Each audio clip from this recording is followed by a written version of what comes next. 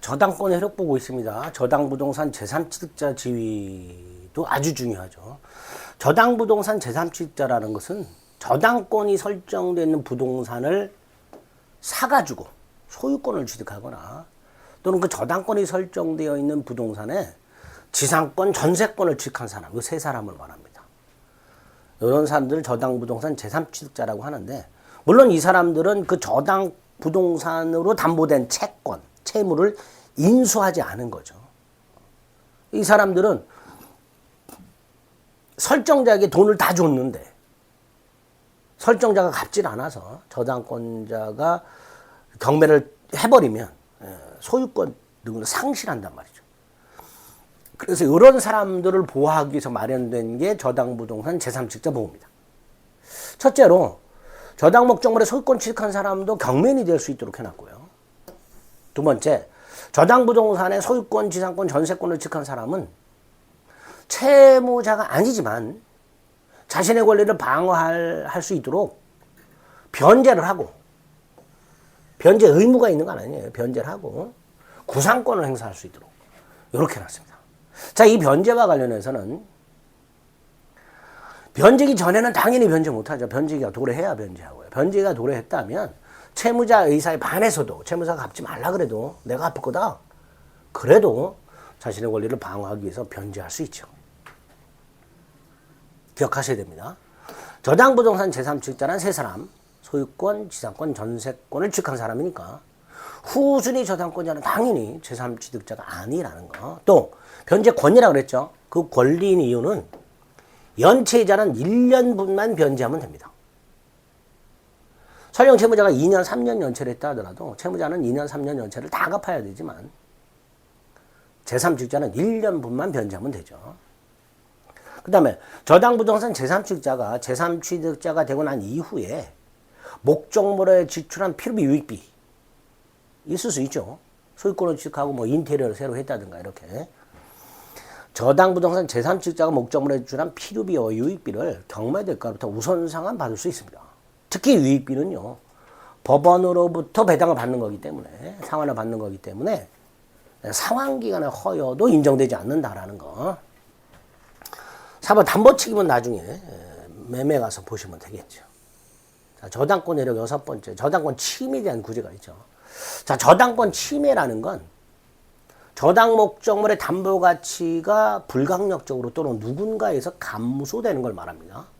이렇게 저당 부동산의 담보 가치가 감소하게 되면, 첫째, 불강력적으로 침해된 경우는, 저당권이 침해된 경우는 안 되겠죠. 불강력적으로 침해가 되든 누군가의 고의과실, 침해자의 고의과실에서 침해가 되든 저당권도 물권이니까 침해 원인은 묻지 않고 당연히 물권적 청구를 행사할 수 있을 거예요. 다만 저당권자는 목적물을 점유하지 않는다 그랬죠. 그러니까 반환 청구는 인정이 안 되고요. 방해 제거하고 방해 예방 청구권만 행사할 수 있고, 반환 청구는 인정이 안 된다는 거 기억하시고요. 판례 중에 하나 이런 게 있어요. 저당권의 목적물이 분리 반출됐다.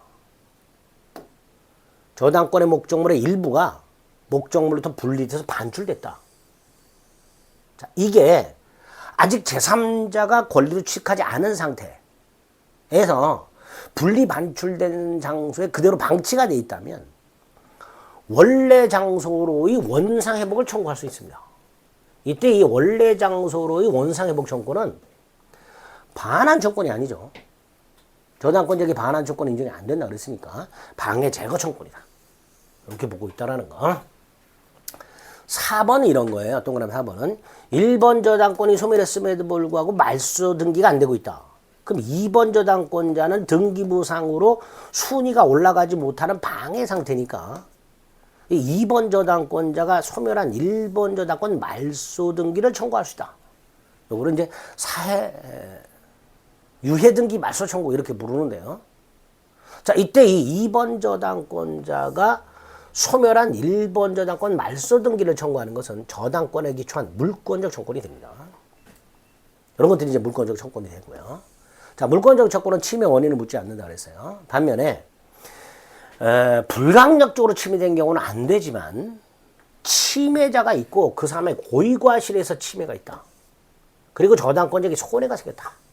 그럼 저당권자는 추가적으로 손해배상도 청구할 수 있는데 이 저당권자에게 손해가 생겼다라는 게 무슨 의미냐? 자, 저당 목적물이 침해되고 남아있는 잔존 가치가 있을 거 아닙니까? 그 잔존 가치만으로는 채권을 전부 변제받을 수 없는 상태. 이런 걸 저당권자의 손해라고 합니다. 어쨌든 이렇게 잔존 가치만으로는 채권을 전부 변제받을 수 없는 손해가 생겼다면 저당권 실행 전이라도 손해액을 계산해서 손해배상을 청구할 수 있다. 이게 두 번째고요. 자, 물권적 채권은 침해 원인 불문, 손해배상 청구는 누군가 침해자의 고의가 실행한 침해. 그 다음에 네 번째, 담보물 보충 청구 또는 원상회복 청구권인데 요거는요, 침해자가 설정자인 경우에, 설정자는 채무자하고 물상보증인 둘 중에 하나죠. 채무자 또는 물상보증인, 이게 설정자죠. 그 설정자가 저당권을 침해하게 되면 저당권자는 담보물 보충을 청구하거나 원상회복을 청구할 수 있습니다. 그 다음, 침해자가 채무자인 경우에는 채무자가 담보를 손상감소 멸실시켰어요. 그럼 채무자는 기한의 이익을 상실합니다. 기한의 이익을 상실하니까 변제기가 아직 남아있다 하더라도 변제기가 도래한 걸로 보겠지. 그래서 저당권자는 즉시 돈 다 갚아라. 즉시 변제를 청구할 수 있게 됩니다. 그 다음 손해배상 청구권과 담보물 보충 청구권과 즉시 변제 청구권 세 가지 권리의 상호관계. 채무자의 고의과실한 침해가 있고 저당권자에게 손해까지 생기면 저당권자는 손해배상 청구, 담보물 보충 청구, 즉시 변제 청구 세 가지 권리가 생기게 되겠죠. 그 권리 상호 간의 관계가 뭐냐? 손해배상 청구권과 즉시 변제 청구는 병합하여 행사할 수 있다. 즉 즉시 변제를 청구했다. 손해배상도 청구할 수 있다. 이런 뜻이에요. 반면에 담보물 보충 청구권이 문제가 됩니다. 담보물 보충 청구권을 행사하게 되면 손해배상 청구권도 행사를 못하고 즉시 변제 청구권도 행사를 못한다는 거 기억을 해두시기 바랍니다. 4번 저당권 처분 및 소멸이라고 되어 있는데 저당권 당연히 재산권이니까 처분할 수 있는데 당연히 저당권만 팔아먹는 건 절대로 안 되죠. 담보물권만 팔아먹을 수 없고요. 저당권을 팔아먹는다는 건 그 저당권에 의해서 담보된 채권도 팔아먹는 거예요. 이걸로 이제 저당권이 붙어있다 그래서 저당권부 채권이라고 하게 되죠. 그러니까 권리를 두 개를 양도하는 거예요. 채권 양도와 저당권 양도. 채권 양도는 당연히 채무자에게 통지해야 되죠. 그래야 채권 양수인은 채무자에게 대항할 수 있게 됩니다. 채권 양수인은 채무자에게 그 채권을 주장할 수 있게 됩니다. 그 다음 저당권 양도는 부동산 물권이잖아요. 부기 등기로 이전 등기를 해야 양수인은 저당권을 취득하겠죠. 채권 양도를 통지해야 저당권을 취득하는 게 아닙니다. 채권 양도 통지는 채권 양수인이 채무자에게 채권을 주장하기 위한 요건이고요. 저당권을 취득하려면 저당권은 부기 등기로 이전 등기를 해야 됩니다. 그 다음 저당권이 양도가 된 후에 변제가 됐다. 그럼 설정자는 당연히 양수인을 상대로 말소 등기를 청구하게 되는데 이때 이 양수인 이름으로 되어 있는 부기 등기 말소 등기를 청구하는 게 아니라 양도인 이름으로 되어 있는 설정 등기 말소 등기를 청구하게 됩니다. 그 다음 채권 이미 소멸한 상태에서 저당권 등기가 말소가 안 되고 있는데 넘어간 경우 이때는 좀 다르죠. 채권이 소멸했다면 저당권 등기는 무효 등기가 되잖아요. 그리고 등기엔 공신력이 인정 안 된다 그랬잖아요. 그러니까 이 상태에서 설령 채권이 양도되고 저당권이 부기 등기로 이전 등기됐다 하더라도 이게 다 무효죠. 그러니까 양수인은 저당권을 취득할 수가 없다. 이렇게 되겠죠. 저당권 소멸, 채권이 소멸하면 저당권 소멸하겠죠. 다만 2번 등기는 권리 존속 요건이 아니니까 저당권 등기가 불법 말소되면 당연히 저당권은 소멸하지 않고 회복 등기할 수 있겠죠. 문제가 생겼어요. 저당권 등기가 불법 말소된 상태에서 회복 등기를 하기 전에 목적물이 경매가 됐다. 이건 좀 다르죠. 경매가 됐으니까 어차피 저당권은 소멸할 운명이잖아요. 그러니까 당연히 회복 등기는 불가하다. 뭐 이렇게 되겠죠. 여기까지가 이제 저당권의 기본적인 내용이고요. 특수저당권이라고 공동저당하고 근저당이 나오는데, 자, 공동저당은 그냥 넘어가시고요. 공동저당 나오면 찍작을 했습니다. 혹시 공동저당에 불안하신 분들은 기출문제 한번 살펴보시면 됩니다. 자, 근저당을 보셔야 되죠. 을이 갑에게 6개월 동안 물건을 외상으로 공급하고 6개월 뒤에 정산하기로 했다. 따라서 을과 갑 사이에는 계속적 거래 관계가 생겼다. 그럼 그 채권은 어때요? 물건을 공급할 때마다 채권이 생기죠. 즉 다수의 채권이 생깁니다. 그리고 얼마만큼 공급할지, 언제 공급할지 모르니까 그 채권은 아직 액수가 정해져 있지 않죠. 이렇게 계속적 거래관계로 발생하는 다수의 불특정 채권을 결산기 일정에까지를 우선 변제받기 위한 권리를 근저당권이라 합니다. 그래서 근저당권이 설정이 되려면 채권 최고액이라는 걸 미리 정해야 돼요. 즉 나중에 확정된 채권이 변제가 안 됐을 때 목적물을 경매에서 경매대가로부터 우선 변제받는 한도를 정해야 됩니다.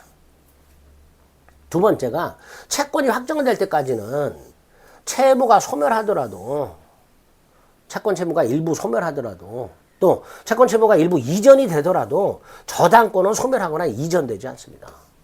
즉 저당권 효력에는 아무런 영향을 미치지 않습니다. 그 다음 근저당권도 저당권이니까 저당권의 피담보채권의 범위 360조가 적용이 돼야 되는데 세 가지 지연배상 1년분에 하나지 않고요. 최고액에 포함되는 한 전부 배당받을 수 있고요. 그 다음 이자는 최고액에 산입을 하지만 저당권 실행비용과는 달리 근저당권 실행비용은 최고액에 포함되지 않는다는 거. 근저당권 실행비용은 최고액에 포함되지 않는다는 거. 근저당권의 피담보채권의 범위와 관련해서 저당권의 피담보채권의 범위 360조하고 좀 비교해서 따로 기억해야 될 게 있더라. 1년분에 하나지 않는다는 거, 지연배상. 이자는 분명히 산입하도록 규정이 되어 있지만 최고액에 근저당권의 실행비용은 최고액에 포함되지 않는다는 거. 근저당권은 특징이 뭐예요? 피담보채권이 특정되어 있지 않다는 거 하고요. 아까 채권 채무가 확정되기 전에 채권이 일부 소멸하더라도 근저당권은 영향을 받지 않는다 그랬으니까 근저당권에 영향을 주지 않는다 그랬으니까 부종성이 완화되어 있죠. 자, 근저당권이 성립하려면 당연히 계속적 거래 계약과 근저당권 설정 계약 및 근저당권 등기가 있어야 되겠죠. 근저당권 설정 계약에는 당연히 기본 계약도 당연히 먼저 했어야 되죠. 계속적 거래 계약 이거 말하는 거죠. 채권 채무를 발생시키는 계속적 거래 계약과 근저당권 설정 계약 두 가지 계약이 있는 거죠. 그리고 이제 근저당권 등기를 해야 되겠죠. 자, 근저당권 등기를 할 때 반드시 해야 되는 게 두 가지입니다. 이건 근저당권이다 라는 취지, 그다음에 채권 최고액 두 가지는 반드시 등기하도록 하고 있습니다. 자, 근저당권의 효력, 아까도 말씀드린 피담보채권 중에서 최고액 우선 변제 한도라 그랬죠. 예를 들어서요, 결산기에 최고액을 정해놨는데 결산기에 이렇게 채권이 증감 변동하다가 결산기에 확정된 채권액이 설령 최고액을 초과하더라도 이 최고액까지만 우선 변제받을 수 있는 거예요. 물론 채무자는 다 갚아야 되죠. 그러니까 이 최고액은 채무자가 갚아야 할 책임의 한도를 의미하는 게 아니에요. 채무자가 나는 최고액까지만 갚겠다 이게 아니야. 경매의 대가로부터 우선 변제받는 한도를 의미하게 됩니다. 그리고 아까 말씀드렸던 거 몇 가지 조심할 거.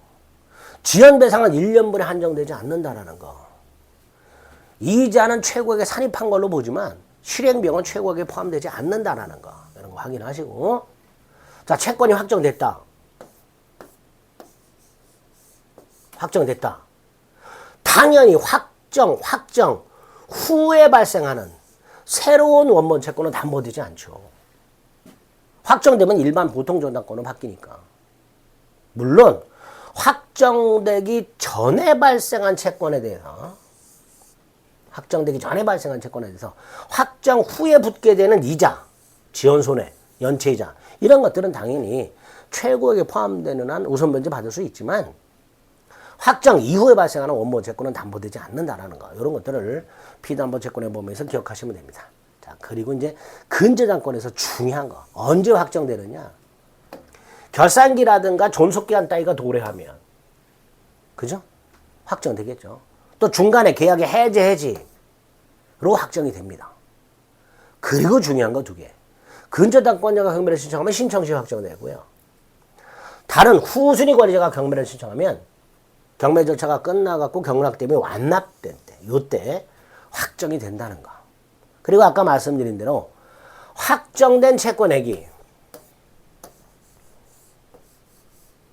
최고액을 초과할 때 당연히 채무자는 다 갚아야 된다 그랬죠. 하지만 채무자가 아닌 자 두 사람, 물상보증인하고 제3취득자. 이 물상보증인과 제3취득자는 채무자가 아니니까 당연히 최고액까지만 변제하면 되겠죠. 꼭 구별하셔야 됩니다. 채무자는 전부 변제해야만 근저당 말소를 청구할 수 있는 반면에 물상보증인이나 제3취득자는 최고액까지만 변제하면 말소를 청구할 수 있다라는 거. 그러면 최근에 이 공동근저당권이 나오는데 이거 다른 건 다 필요 없고요. 예를 들어서 A 토지와 B 토지에 공동근저당권을 설정해 놨어요. 이렇게. 근데 다른 사람이 어느 하나를 먼저 경매를 넣었어요. 그럼 이 근저당권의 채권은 경락되고 완납한 때 확정이 되죠. 근데 아직 경매가 되지 아니한 요거에 대한 근저당권의 채권액은 확정이 안 된다라는 거.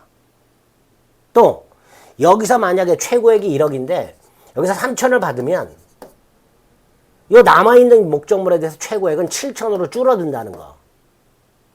1억을 한도로 또다시 여기서 중첩적으로 배당받지 못한다는 거. 두 가지 정도를 기억하시면 됩니다. 그래서 기억. 공동근저당이 설정된 목적 부동산에 대해서 동시배당이 이루어졌을 때 각 환가대금에 비례해서 배당을 받으며 누적적으로 배당받지 않는다는 거.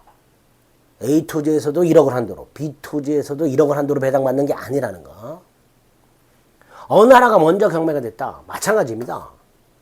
여기서 1억을 한도로 배당을 3천을 받았다. 다른 목적물이 경매될 때 또다시 1억을 한도로 배당을 받는 게 아니라 우선 변제받은 3천을 까고 7천을 한도로 우선 변제를 받게 됩니다. 디귿. 공동담보 목적물 중 일부가 먼저 경매가 돼서 우선 변제 받았을 때 그건 확정이 된다 그랬죠. 그죠? 근데 아직 경매되지 아니한 나머지 목적물 해당 부동산, 이미 경매가 된 해당 부동산에 관한 그 근저당권의 채권은 경락대금을 완납한 때 확정이 되겠지만 아직 경매가 되지 아니한 목적물에 대한 근저당권의 채권은 확정되지 않는다라는 거. 뭐 요 정도, 요 정도를 공동근저당권에서 확인해 주시면 되겠습니다. 변경 같은 건 됐고요. 하나만 기억하시면 됩니다. 두 개. 최고액 변경할 수 있고요. 변경 등기 꼭 해야 되는 거. 최고액은 필수적 등기 사항이니까. 그 다음에 채권자, 채무자 다 바꿀 수 있는데 특히 채무의 범위나 채무자를 바꿨을 때 요거 대법원에 의하면 변경 이전 것만 변경 이후 것만 담보된다는 거 판례가 있죠.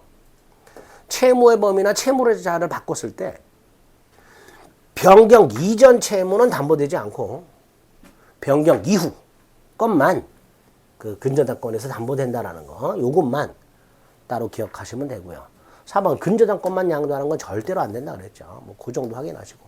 그다음에 아까 지문이 뭐가 있었어요. 채권 채무가 확정되기 전에 채권이 소멸 이전하더라도 근저당권은 영향을 받지 않는다 그랬죠. 판례가 뭐라 그래요? 채권 일부를 타인에게 넘겼어요. 그럼 근저당권도 이전되느냐? 안 된단 말이지. 영향을 안 받는단 말이에요. 근저당권은. 그죠? 확정되기 전에 채권 일부를 팔았다 하더라도 근저당권은 일부 이전하지 않는다라는 거. 이런 것들을 확인하시면 되겠습니다. 뭐 요 정도가 근저당권에서 보실 내용이고요. 1번은 우리가 본 거죠. 근저당권이 설정되는 소유자가 바뀌었다. 그리고 변제가 됐다. 현재 소유자도 말소등기 청구할 수 있고 설정되었던 종전 소유자도 말소등기 청구할 수 있죠. 현재 소유자의 말소등기 청구는 물권적 청구권, 종전 소유자의 말소등기 청구는 계약에 기초한 채권적 청구권 이렇게 되겠죠. 2번은 아까 저당권에서 봤죠. 불법 말소됐다 하더라도 근저당권은 소멸하지 않아요. 회복등기할 수 있어요. 그런데 회복등기 전에 경매가 돼버렸어요. 그럼 어차피 소멸할 운명이죠. 따라서 이때는 회복등기는 불가하다. 똑같죠. 저당권하고. 요 정도 확인하시면 되겠습니다. 그래서 물권과 관련된 내용들을 저당권까지 다 살펴봤습니다. 이제 시간을 좀 달리해서 계약법 살펴보도록 하겠습니다. 네, 수고하셨습니다.